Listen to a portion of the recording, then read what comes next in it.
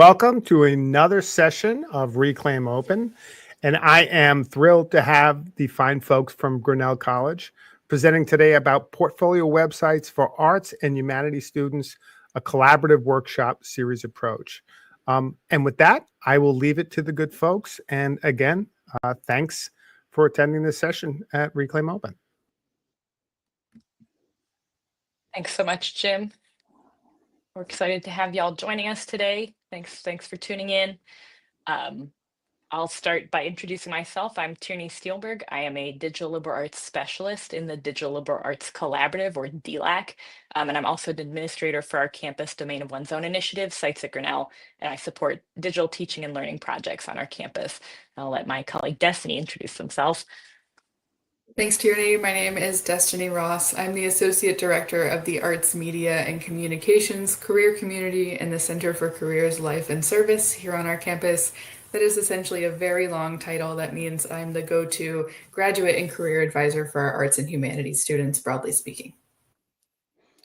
And I'm Mo Pelzel. I'm the Director of Academic Technology at the college in the Digital Liberal Arts Collaborative. And I've been here since 2017 and have been one of the admins for our Domain of One's Own project since then. And I've been happy to have Tierney join me in that for the last several years.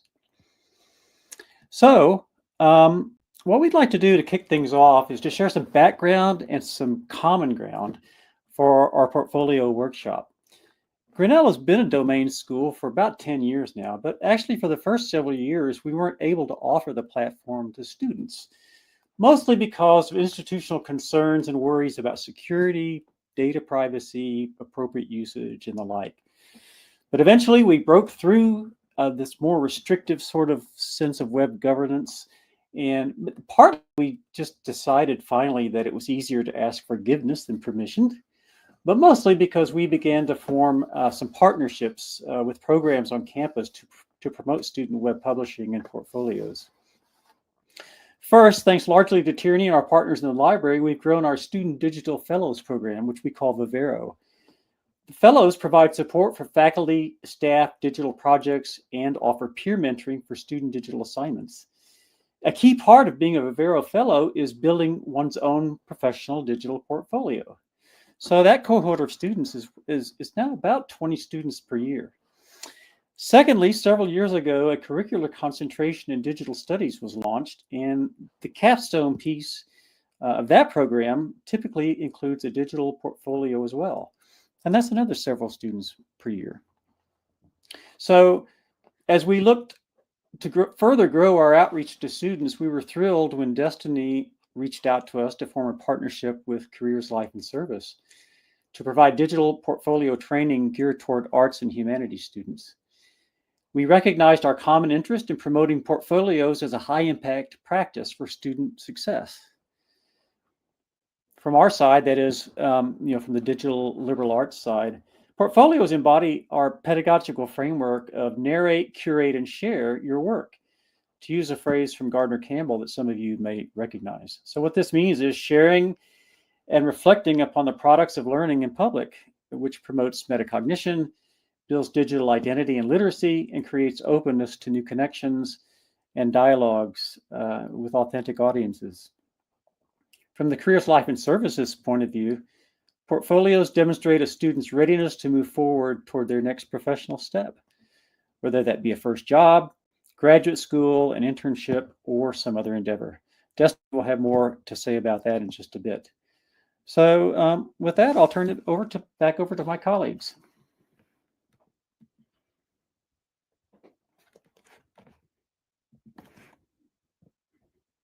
So as Mo mentioned, I began my role in August 2024 as the Associate Director of the Arts, Media, and Communications Career Community, and I noticed that there was a real lack of student engagement with the concept of building websites toward their professionalization.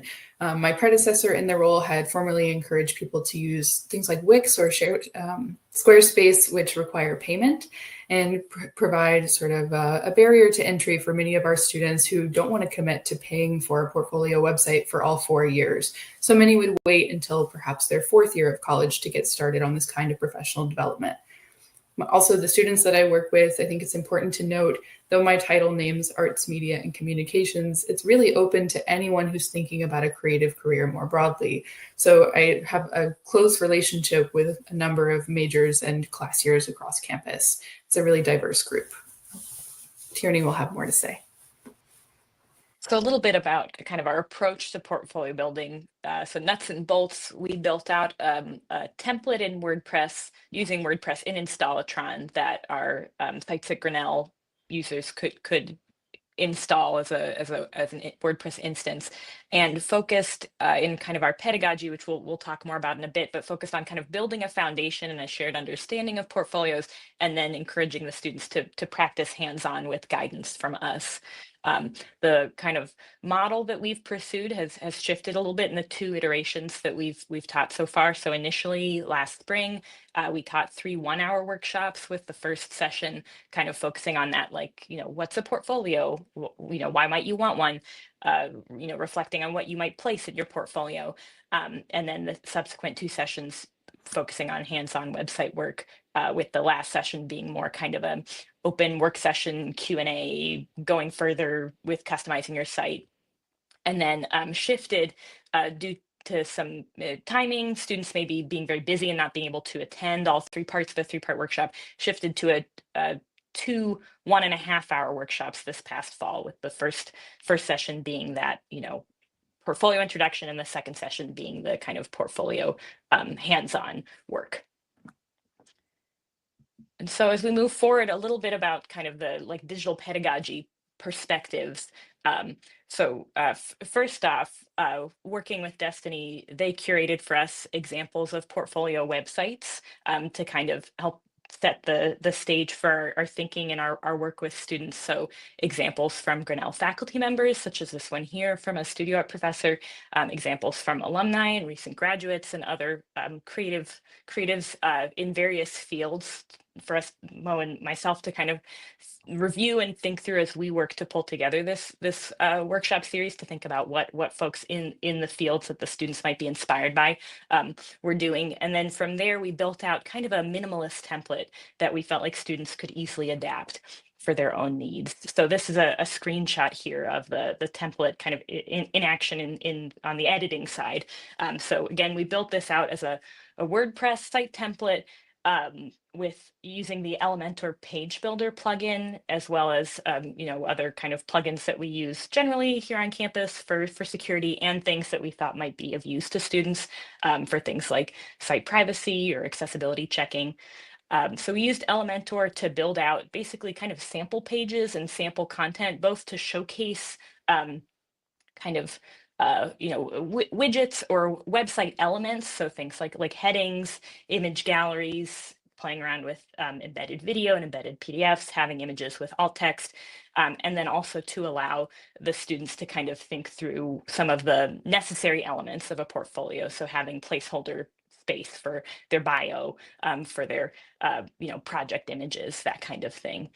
And we used Elementor because it's something that we have found to be pretty intuitive for students on our campus, that kind of website building block approach. And we do feel like it has a kind of a gentler learning curve than WordPress's full site editor for students who might not have a technical background, or might not be spending, might not want to spend kind of hours and hours customizing all the finer details of their website.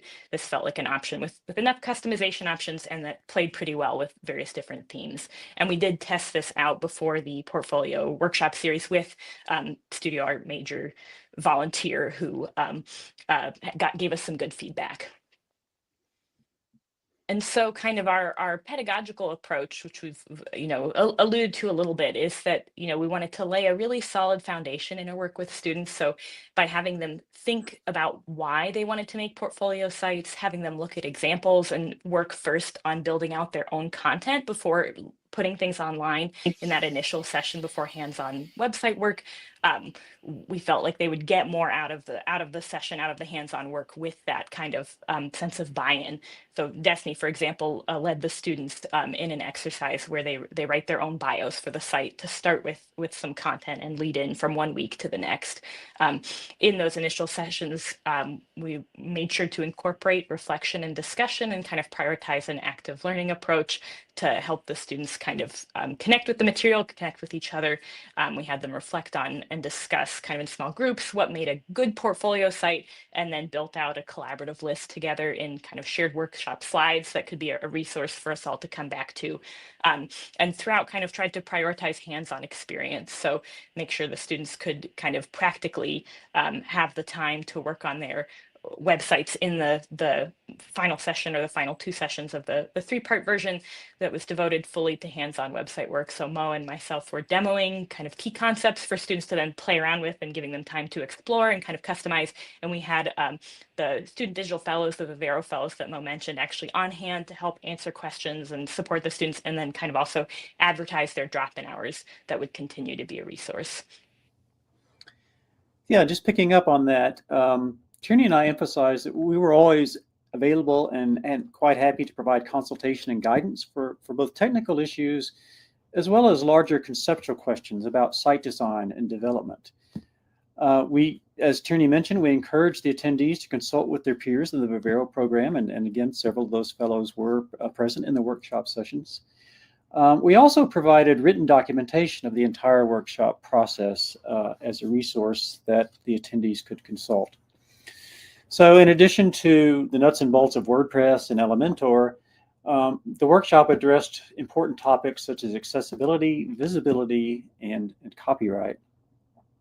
So as I think Tierney mentioned, we installed the Editoriale Accessibility Checker plugin as part of the template, and really prioritize the importance of things like alt text for images, transcripts for video and audio, logical page structure, and appropriate use of colors and fonts. We installed a privacy plugin so that students could control site visibility until they were ready to share their site more publicly. So our thought was that kind of our default was that students would begin by keeping the site fully private until they reached a point where they were comfortable with having a greater degree of visibility for their portfolio site. Our current choice for that plugin is Password Protect WordPress, by the way.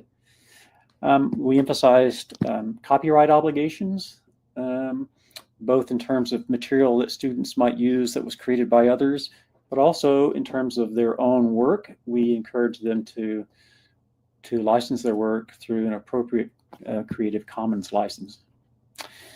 So with that, I believe I'll turn it back to Destiny. Thank you, Mo. I'm so grateful to both of you for all of the thought and intention that you've put into these workshops, because I know working with my students, they're all sort of trying to do something different, and they're working towards career pathways that haven't necessarily been made legible for them.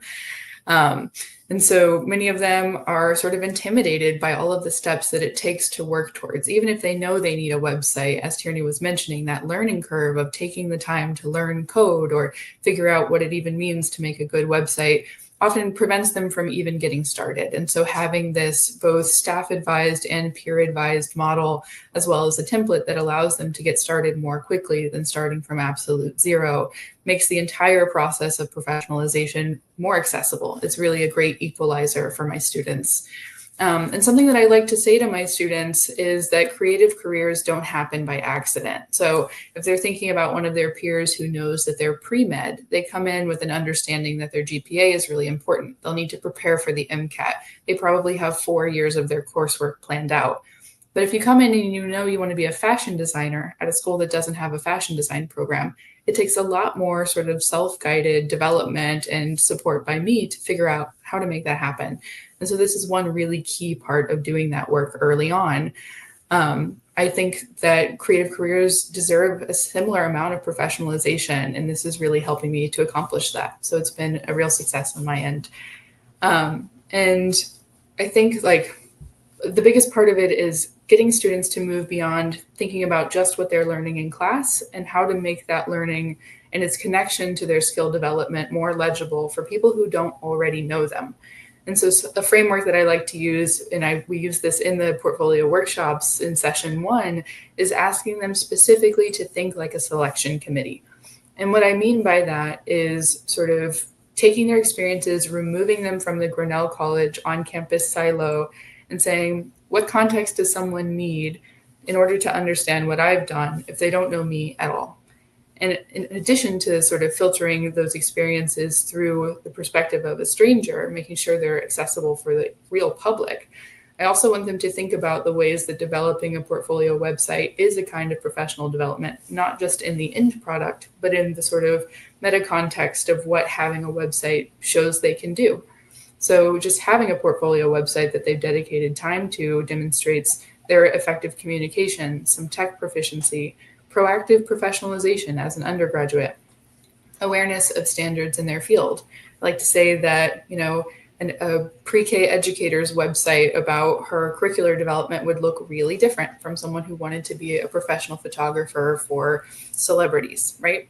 Not that one is better or worse than the other, but they have a different visual language. And so if you're creating a portfolio that demonstrates to me that you have some awareness of the field in which you're trying to enter, that is going to also be an asset towards their sort of professional legibility. Demonstrated output is another sort of framework that I use in helping students think about what's going on their website, which I'll talk more about in the next slide. And of course, it's always great to have a sense of personality of the student reflected in their website. Because this template is minimalist, it allows for a lot of customization, which will help me to better understand the person who's behind the work. And so as I alluded to, I use the sort of framework of input versus output, not only for portfolios and what students will choose to share on them, but also in the graduate school application cohort that I run for my fourth years. Students, unsurprisingly, are really good at articulating learning. They're not always as good as showing off their own output, their own contribution to the work that they're hoping to do in the fields that they are hoping to work in. So many of my students often get very shy, even writing a cover letter saying, well, I don't want to seem like I'm bragging. But the whole point of a portfolio website, a portfolio submission for an MFA program, or cover letter for an internship, job, or fellowship is demonstrating that you have the sort of educational foundation and the unique perspective that you can pair together to contribute something meaningful to a graduate cohort or an internship or job. And so helping students begin to think about not only what they're learning, but also what they're contributing as independent authors and creators in their own right is a huge asset of this particular workshop series, and in line with sort of all of the career readiness thinking that we're doing at the CLS. Thank you. So as I've alluded to, these website workshops have been attractive to a wide variety of students. Our first year, we were definitely filling a sort of unmet need. We had 30 students engage with workshops across all class years, 6 fourth-year students, 8 third years, 7 second years, and 9 first years, which again just demonstrates this sort of eagerness for engaging in this way as early as their first year on campus. And if this were a paid service, something like Wix or Squarespace, you're thinking about paying for your domain hosting for 4 years. That's quite a bit of money. And so being able to offer this to students early on means that they'll have more time and more sort of ability to invest in their online presence as they sort of develop throughout their 4 years at Grinnell. This year we did have a smaller cohort, only 8. Part of that could be the change in structure, having a 1.5-hour session, or could simply be that we got to a lot of them last year. But you'll still see that all 4 class years are represented. And across both semesters, we've had a nice breadth of different kinds of majors, from STEM to the social sciences, as well as the more expected arts and humanities. Thank you. So I want to give just one illustration and example of the portfolio in development from one of the students who attended our workshop last spring. So James Snyder is a fourth-year student who will be graduating this coming May. And James has already been very active in building several outstanding websites for the athletic department, particularly cross-country and track and field teams. And he himself is an excellent cross-country runner. So now he's building out his own professional domain and portfolio and incorporating examples of the work he's done on those other projects. So it's a work in progress, and it's going to showcase his very robust skills in media creation, graphic design, and web publishing. Right now, his homepage, which you can see here, displays a gallery of some of the content he has created for those athletic programs. Another element of his site is the bio page, and both Tierney and Destiny spoke to this earlier, and we emphasized that in the workshop as one of the first pieces that students would work on, the importance of crafting a bio page, a paragraph, and some other content as you see here. So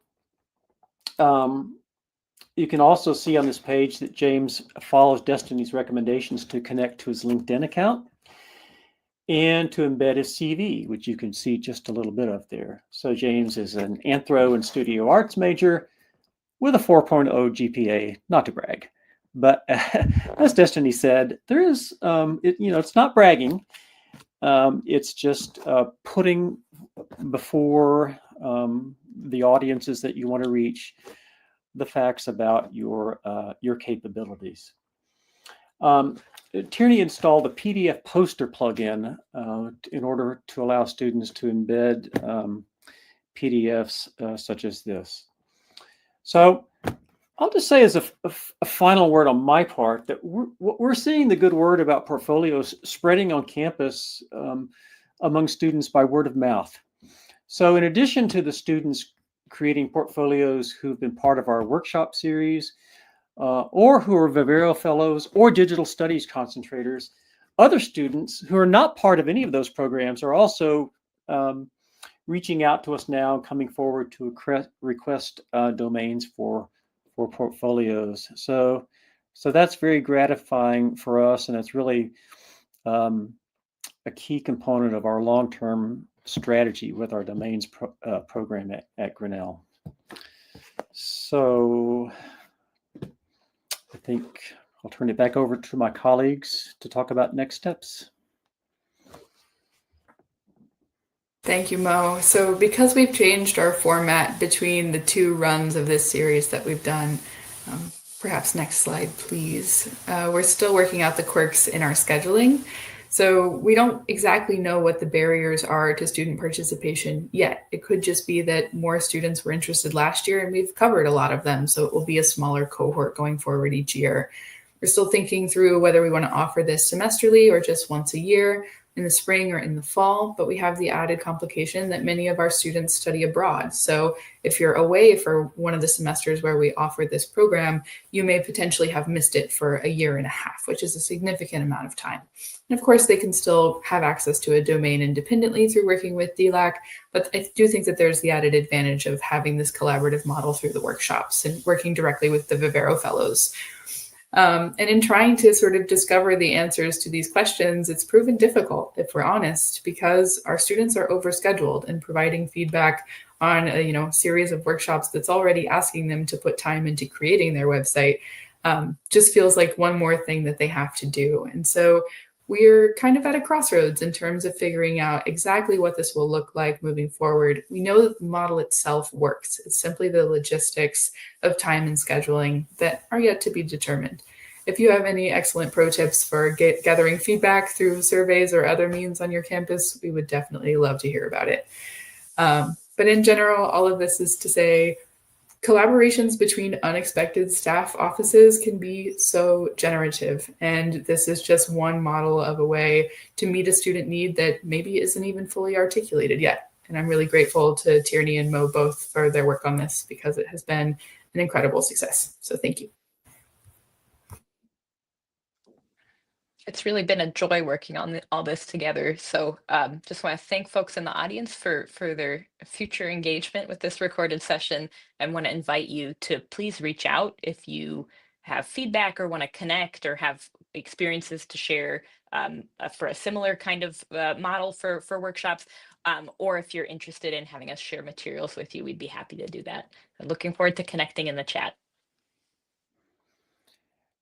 Thanks, everyone, and also looking forward to the conversation to come, or that's happening right now. Yeah, and thank you all for a great session. In fact, I'll lead off the questions, and I'm sure there'll be others. But I saw one of the slides as you were talking about the portfolios, and to your point, all of you, I always thought this was such a natural win for websites and for the web in general was marrying what you're doing in a university and then being able to demonstrate that with multimedia and text so elegantly. You do that so brilliantly here. And I love the fact that you've created a simple, easy to use template. My question is, though, you have this excellent example of a studio art faculty member site, which I thought was really intriguing. And then you have these students like James Snyder creating their own. Is there any crossover there, in fact, with like modeling what the faculty maybe or some faculty are doing with sites, and demonstrate that with what the students are? Because I really love that example you shared of the studio artist. And I wonder, do you have as many faculty members also taking you up on portfolio sites, or do they consider them differently? Is there any way for the faculty and students to learn from each other based on those sites? I'm just asking based on your experience around Grinnell. I could jump in and say that's a really great question. And I think Mo will have more to add, but I'll just say I don't know that we've seen that happen specifically yet. And I think most of the folks who we have faculty portfolios on sites at Grinnell, portfolio websites, but I can't remember off the top of my head what domains they're in. We have a lot of folks who maintain their own sites in kind of computer science and math. We've worked with folks, I think, in like economics, Chinese Japanese studies to build out portfolio sites, but I'm not sure specifically about the arts. I think the portfolio example we shared was a faculty member who hosts their own portfolio elsewhere, not at on sites at Grinnell. But I wanted to mention, we've seen that cross-pollination happening in the other direction. So James Snyder, the student that Mo showcased, actually took the workshop, and then the faculty member in athletics who he was working with, he shared with them, like, we've got to get the work that we're doing on sites at Grinnell. We've got these, it was hosted, I think, in Adobe. They had individual, graphic design he'd been doing for their newsletters, but they were it was clunky. It was individually, it was hard to get them all together. He's like, we've got to just get a website for it. I can, export them and put them there, and they'll all be together. The alums are going to love that. And it was a really nice kind of successful cross-pollination moment. Yeah, probably Destiny can speak more to this, but I think a lot of faculty in the performing arts, in theater, music, studio arts, etc., a lot of times they come to the college and they already have sites. They for some time they've had professional sites, and so yeah, we don't have a lot of those that host with us, but they are I think good examples, certainly for students, especially in those disciplines. We do have a pretty broad range of faculty. I don't know if they think of their professional domains as portfolios, but we do have quite a few faculty who have professional websites that they do host with us. As Tierney was mentioning, some of the disciplines, I just did a complete redesign for one of our math professors, for example, as professional website. So I think that's an important piece that you're pointing out there, Jim, is students appreciating the value of these kind of sites as they see their professors having their professional presence in their fields in this way. Might be a good time for one of you to just give a sentence or two about the nature of Vivero Fellows research work with faculty, because it's, while not portfolio driven specifically, it's largely hosted on sites at Grinnell and is doing that sort of faculty-student partnership work. Yeah, so the Vivero Digital Fellows program that Mo mentioned initially, that I'm a co-lead for along with my colleague Liz Rodriguez in the library, in addition to kind of running drop-in peer mentoring hours for digital tools and applications, the fellows get paired with faculty and staff on digital projects to help move that work forward with a skilled student who has some experience and is learning on the job how to do something like build a website, which is often one of the projects they're working on. So I think a lot of students, as Destiny's saying, like a lot of students have gotten to know sites at Grinnell through seeing the research projects hosted there, which we have like I would say quite a full and rich complement of. One other place where students get experience with the domains is through student orgs. So we've got maybe a dozen, maybe 15 or so organizations on campus that are using our platform to host their sites as well. And they're gaining very valuable experience in that way also. Well, wow, it's a rich collection of portfolios, and I love the input-output model, Destiny, that you use to kind of frame how that looks. And I love that you're all bringing these students to say, look, this is something you need to do not only for your own work, but as a professional kind of frame for other people. It's a great take on it, and I really enjoyed your session. And with that, I'd like to join everyone else to say thank you for a great session. Thank you, Jim. Thanks. Big Thank you. fan. For life.